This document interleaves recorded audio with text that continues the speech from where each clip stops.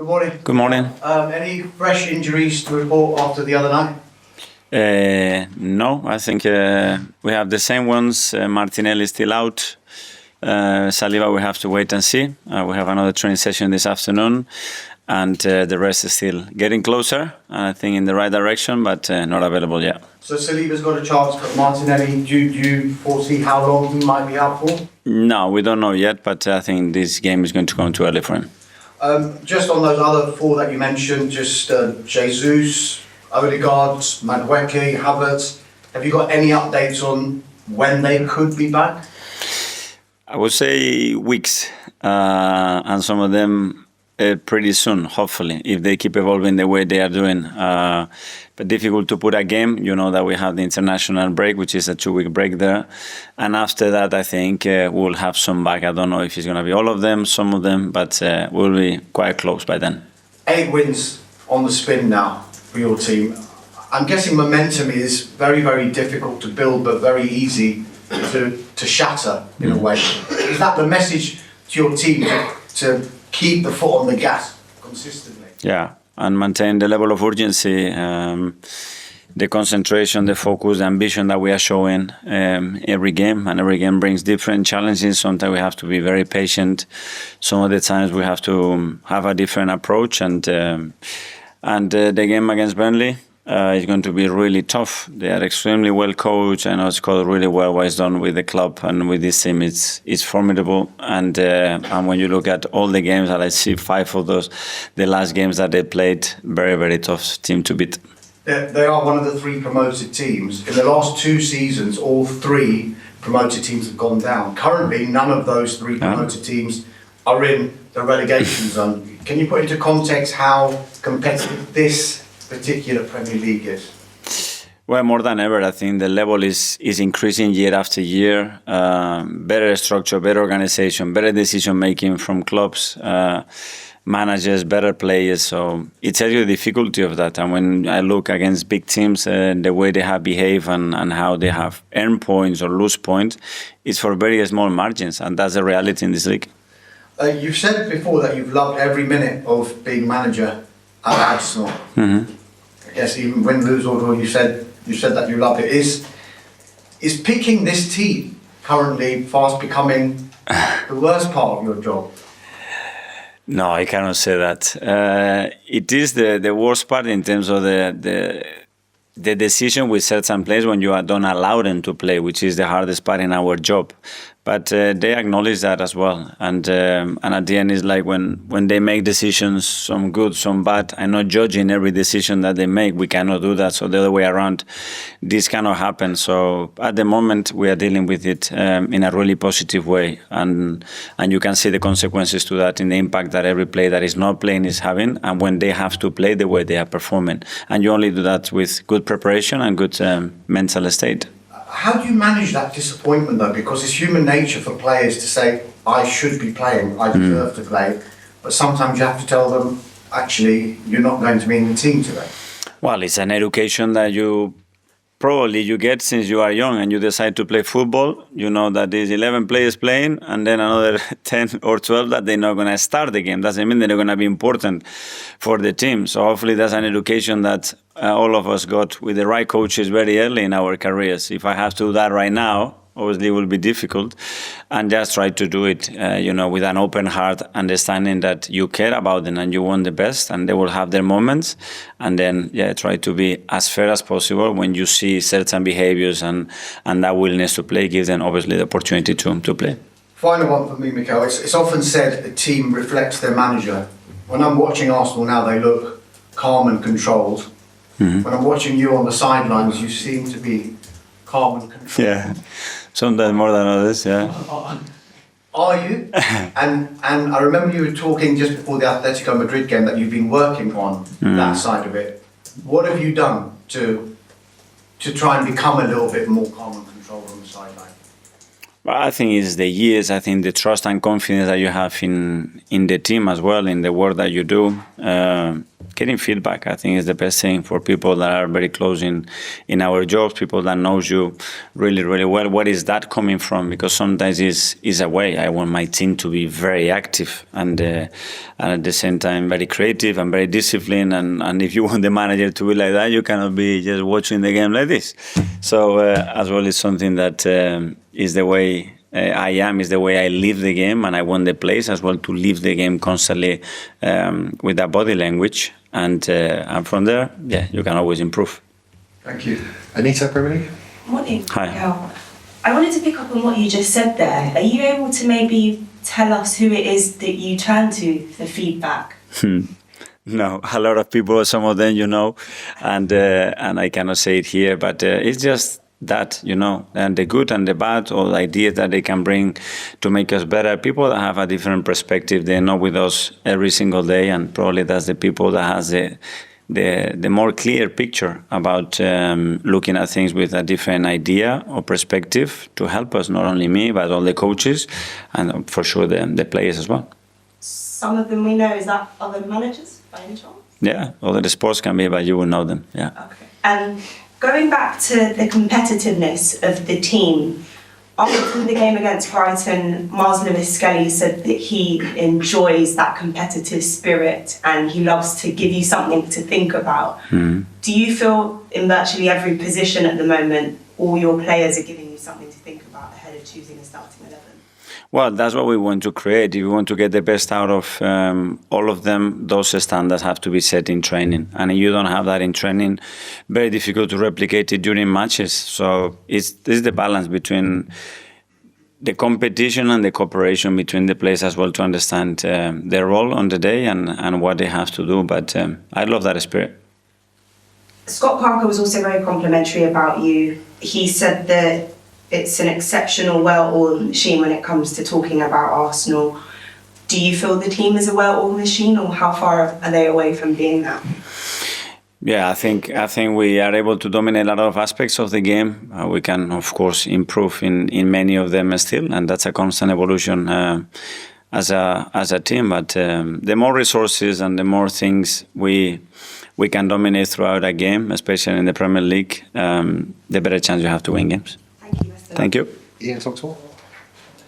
Hi Mikel, how are you? Very good, thank you. As we sit here right now, we don't know when your League Cup quarter-final with Crystal Palace is going to be played, because there is, to put it mildly, a pile-up of fixtures. Not on Christmas Day, I think. It's an option. Christmas Eve. Yeah? Okay. Hopefully not.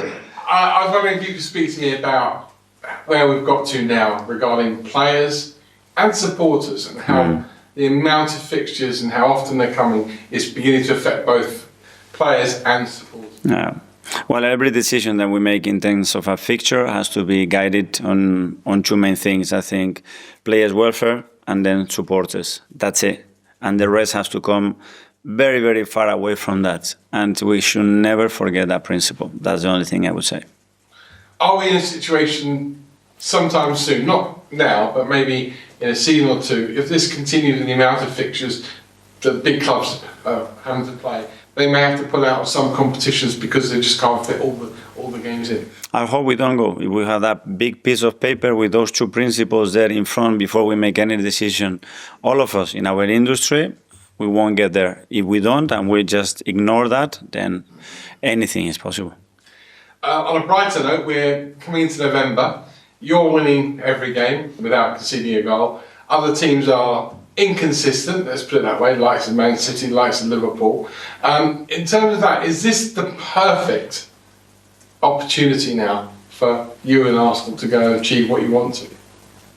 It's a big opportunity what we have ahead of us, but we have to continue with that level of consistency, and we know how difficult that is. And tomorrow is going to be an extremely tough match for us, and we're going to have to again hit those performance levels to end the game. And finally, you've spoken about how difficult it is to pick the team and tell players when they're in the starting 11, they're not in the starting 11.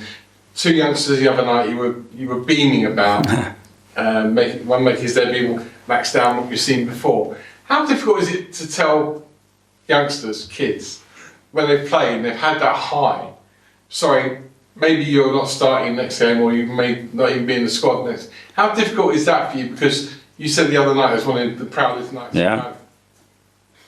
Well, when you're delivering good news, it's so easy and it's so wonderful, and you get an incredible reaction. But you have to be prepared in our job to give all the kind of news and messages sometimes, and it is for the best for the team and maybe not for the best of the individual. But you never know, because some decisions that at the time you think they are not good for you, they become the best decision for your career. And I've experienced that myself. So take them, make the most out of them, and we'll see what happens next day. Tom for Blundell? Hi, Mikel. Hi. Miles spoke to our colleagues on Wednesday, and he used the word "our house" to describe the Emirates. I'm curious, is that something that you've kind of instilled culturally, or has that organically come from the players, that tag of the Emirates being our house? That's the way I feel it, hopefully the way they feel it as well. But to use that language, you really have to feel it. You have to feel that when you get there, your energy level, your desire to defend your house, to threaten anybody that comes very close to that, it has to be your mindset. And if the players feeling that and our supporters feel that, I think we're going to be stronger. And when you now go away, as you do on Saturday, how does that messaging change, being in enemy territory, for instance? How does that change the wording, if you like, of what goes from our house to their house? Yeah, we go to a different territory. Obviously, we use a different language to that. But yeah, at the end, the purpose and what we want to achieve in the game is very similar, but the context changes because we are in a different situation. Simon, standard? Mikel, just on the calendar and fixture issues, Rodri last season spoke quite passionately about players feeling they're at the point where they might have to strike to get their voices heard. Is that when you talk about anything is possible, your kind of fears that people aren't being listened to, take sort of extreme measures to get what they want? Hopefully no. If we look after the players' welfare and our supporters, I think we're never going to get to that point. And that's it. And we have to close the window there. We cannot open that window. It has to be closed. It's our most precious value. We have the best league in the world, and we cannot just open any window for anything just to lose that, because we don't respect that and we forget what we are made of and what it makes this game and this league so special. And if we respect that, I'm sure we're going to be totally fine.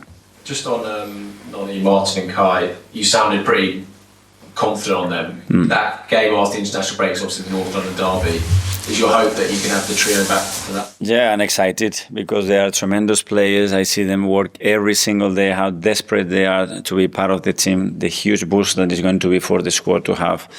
And those players, again, available after such a long time. So really happy that I think it's going to be very soon. James, Athletic?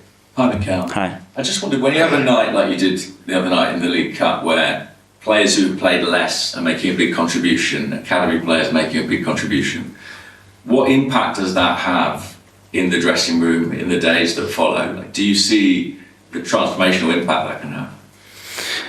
Absolutely, and especially when we talk about players that they are starting their careers, because we all been there, and that's something that I discuss with the players. Make sure that when Andre thinks about this day, he knows exactly the date, the team, the hour, and who we played next to that and what actually happened that day, because that's for the rest of your life, and we are all responsible to make that day, that night very special for him. And the other fact, because you play a cup, that you are in or you are out, and if we want to win every trophy, we want to be there, we have to be ruthless in every competition. And in order to achieve that, we're going to need any player, and in order to do that, you have to be at your best. And we have a lot of players that play very few minutes. But on -3, Kepa make that save because every day he trains like a beast. And it's not a coincidence. You have got a really talented group, a big group as well. Do you have any concerns about sustaining a group of that size in the long term? Or do you feel more that this is a necessity and other clubs will be following that example?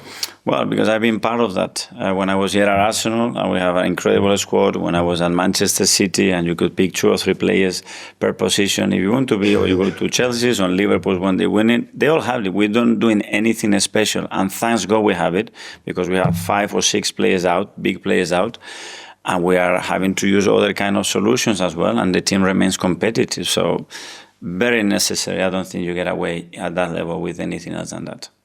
Go to the last couple in the AS Live. Firstly, Phil at the back for PA. I'll Just one more on the fixture congestion. Is there an easy fix? Because obviously it's a topic that comes up season after season. Is there an easy solution to it? No, probably it's not easy, but it has to be doable, because if we are putting something that is not doable, then what are we doing? So it's doable for sure, so let's do it in the best possible manner, respecting players and supporters. That's it. Just in terms of Arsenal's form at the moment, you know, when you go on a run like this, 8 wins in a row, 6 clean sheets, I mean, the confidence in the cap must be so high. Is there a feeling, you know, that Arsenal are unstoppable?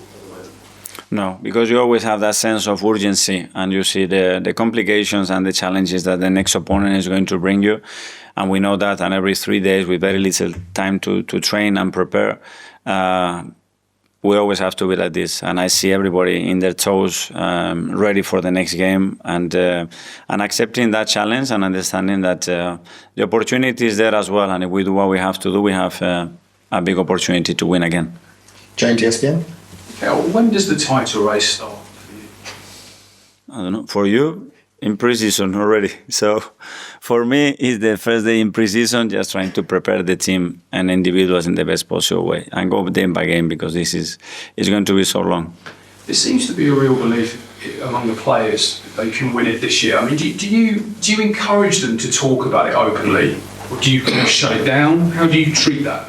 Yeah, well, we have to focus on the journey and what we have to do every single day. Fixing the outcome, of course, we want to win it, and the preparation is towards that. Great. And now we have set all the protocols, processes, ambitions, everything, but now you have to focus on what you have to do. If not, you get distracted with the rest, and I don't want any of that in and around the team. Because after finishing second for 3 years, it would be easy maybe to think there's a ceiling, we're never going to get there. But they seem to have been able to kick on past that. How have you done that?